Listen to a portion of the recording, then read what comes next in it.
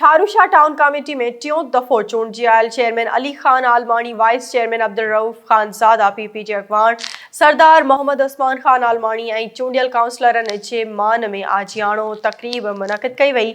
आजियाणे खे ख़िताब कंदे पीपी अगवान Sardar Mohammad Usman Khan Alamani, town chairman Ali Khan Alamani, vice chairman Abdul Rauf Khanzada ऐं ॿियनि ख़िताब कंदे चयो त पार्टी क़यादत जे थोराइता आहियूं, जिन असांखे टिकट ॾेई एतमाद कयो ऐं संदसि एतमाद ते पूरा हलंदासीं ऐं इलाइक़े वासियुनि जी भरपूर ख़िदमत कंदासीं। सरदार मोहम्मद उस्मान खान आलमानी चयो त सभई टाउन कमेटी जा मेंबर बराबरीअ जी बुनियाद ते अवाम जी ख़िदमत कंदा। हुन चयो त असांखे फ़ख़्रु आहे त नौजवान क़यादत अली खान आलमानी टियों भेरो चेयरमैन थियो आहे ऐं अॻु जीअं ईंदड़ वक़्त बि अवाम जी भरपूर ख़िदमत कंदो। हुन Pakistan peoples party municipal committee Gambat जे बिना मुक़ाबले चूंडियल चेयरमैन हाजी अब्दुल लतीफ़ शेख ऐं वाइस चेयरमैन हलफ़ खणण बाद शानदार रैली जी सूरत में म्यूनिसिपल ऑफिस गंबड़ पहुतो। उन दौरान शहरियुनि पारां शहर में विख विख ते गुलनि जी वर्खा करे शानदार आजियां कई वई।